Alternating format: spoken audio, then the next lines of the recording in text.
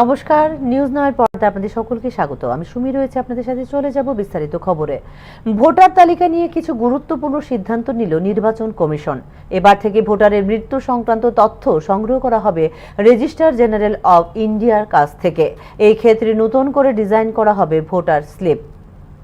নির্বাচন প্রক্রিয়াকে আরো সহজ ও ভোটার তালিকাকে নির্ভুল করার উদ্দেশ্যে কিছু নতুন উদ্যোগ নিয়েছে ভারতের নির্বাচন কমিশন। নির্বাচন কমিশনার ডক্টর সুখবীর সিন্ধু এবং ডক্টর বিবেক যোশীর উপস্থিতিতে মুখ্য নির্বাচন আধিকারিকদের নিয়ে অনুষ্ঠিত সম্মেলনে মুখ্য নির্বাচন কমিশনার গণেশ কুমার যে আলোচনা করেছিলেন সেই অনুযায়ী নেওয়া হয়েছে এই উদ্যোগ। এখন থেকে রেজিস্ট্রেশন অফ ইলেক্টরস রুলস 1960 এর রুল নম্বর 9 এবং registration of বার্থস and deaths act 1969-2023 সংশোধিত 3 খ ধারা অনুযায়ী নির্বাচন কমিশন মৃত্যু সংক্রান্ত তথ্য সংগ্রহ করবে রেজিস্ট্রার জেনারেল অফ ইন্ডিয়ার কাছ থেকে।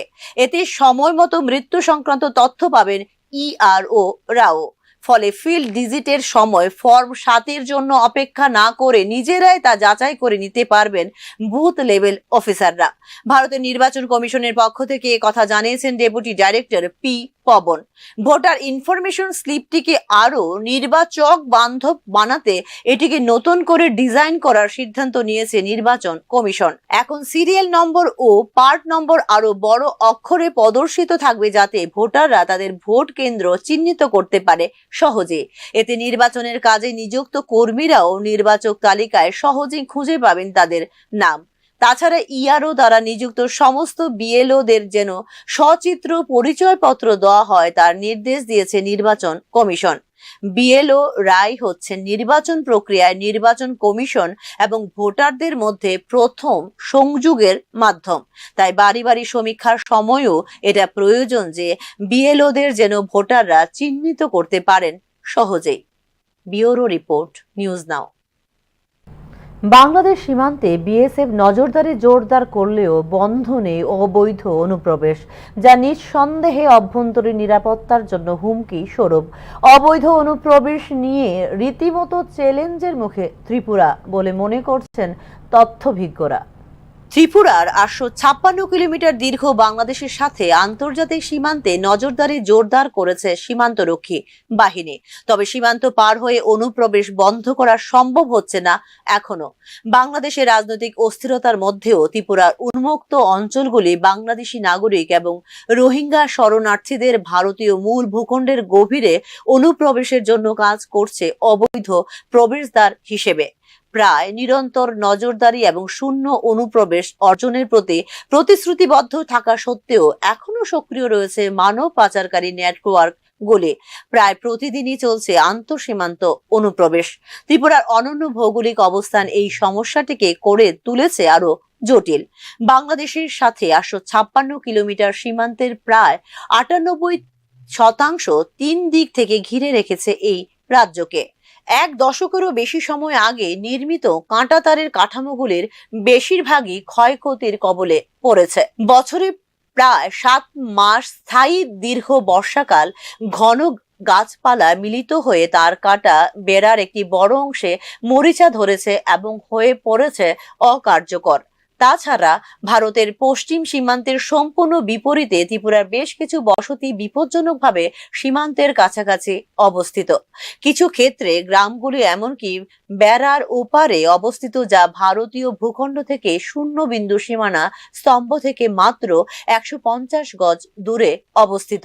এই বিষয়গুলো চোরা কারবারি এবং পাচারকারীদের জন্য সীমান্ত অতিক্রমের সময় বেসামরিক নাগরিকদের সাথে মিশে যাওয়ার সহজ করে তুলে ফাঁকগুলিকে কাজে লাগানো।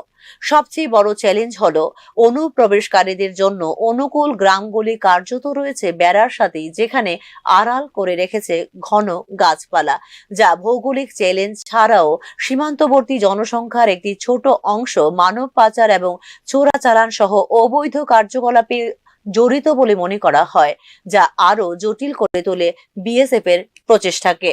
প্রতিবেশী বাংলাদেশের অস্থিতিশীল পরিস্থিতি এবং পশ্চিম সীমান্ত থেকে হুমকির আশঙ্কার কারণে ঝুঁকি আগের চেয়ে বেশি।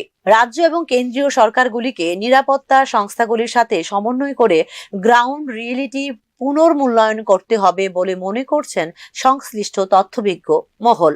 অনুপ্রবেশের প্রভাব জনসংখ্যাগত পরিবর্তন এবং রাজস্বের উপর চাপ সৃষ্টি করে। একই সাথে অনিয়ন্ত্রিত অনুপ্রবেশ জাতীয় নিরাপত্তার জন্য সরাসরি হুমকি স্বরূপ। অবৈধ অনুপ্রবেশ ঠেকাতে বিএসএফ ও অন্যান্য নিরাপত্তা বাহিনী এবং গোয়েন্দা ইউনিটগুলি একযোগে কাজ করলেও অনুপ্রবেশকারীদের ক্রমাগত গ্রেফতারি প্রমাণ করে বিষয়টা কতটুকু চ্যালেঞ্জের। সার্বিক পরিস্থিতিতে অবিলম্বে এই বিষয়ে বাস্তব ভিত্তিক সমাধান সূত্র বের না হলে ভবিষ্যতের জন্য তা হুমকি স্বরূপ বলেও মনে করছেন সংশ্লিষ্ট তথ্যবিজ্ঞরা। Bureau report, news now. কেন্দ্রীয় সরকার জাত ভিত্তিক জনগণনার ঘোষণা দিলেও কতদিনের মধ্যে এই জাত ভিত্তিক জনগণনা সম্পন্ন করা হবে তা জানতে চাইছেন দেশের মানুষ। শুক্রবার সাংবাদিক সম্মেলন করে এরকমটাই জানালো ত্রিপুরা প্রদেশ কংগ্রেস। জনগণনার সঙ্গে জাতিভিত্তিক গণনাও হবে বলে ইতিমধ্যে ঘোষণা দিয়েছেন কেন্দ্র। বুধবার কেন্দ্রীয় মন্ত্রিসভার বৈঠকের পর এই সিদ্ধান্তের কথা জানিয়েছেন রেলমন্ত্রী অশ্বিনী বৈষ্ণব। তবে কতদিনের মধ্যে জাত ভিত্তিক জনগণনা হবে এবং কি কি প্রশ্নের ভিত্তিতে তা হবে তার দ্রুত ঘোষণার জন্য দাবি জানিয়েছে ত্রিপুরা প্রদেশ কংগ্রেস।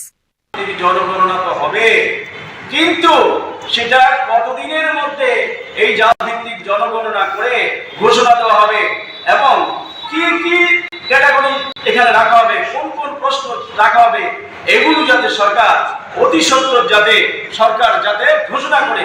যে আমরা এর আগে দেখেছি মহিলাদের জন্য সংরক্ষণ পদ্ধতি, সেটা মহিলাদের জন্য সংরক্ষণ পদ্ধতি হবে, কিন্তু তার কোনো নির্দিষ্ট সীমারেখা নেই, 10 বছরের মতো সেটা বেঁধে দেওয়া হয়েছে। আমরা চাই অতি সত্বর ঘোষণা করা হোক যে আমরা নির্দিষ্ট সময়ের মধ্যে এই কাস্ট সেন্সাস এটা আমরা করব এবং তা সাধারণ মানুষের কাছে কি কি প্রশ্ন রাখা হবে, কি কি প্রশ্নের ভিত্তিতে সেটা করা হবে, এগুলো যাতে সরকার অর্থাৎ ভারত সরকার ঘোষণা দেয়, এই দাবি আমরা রাখছি।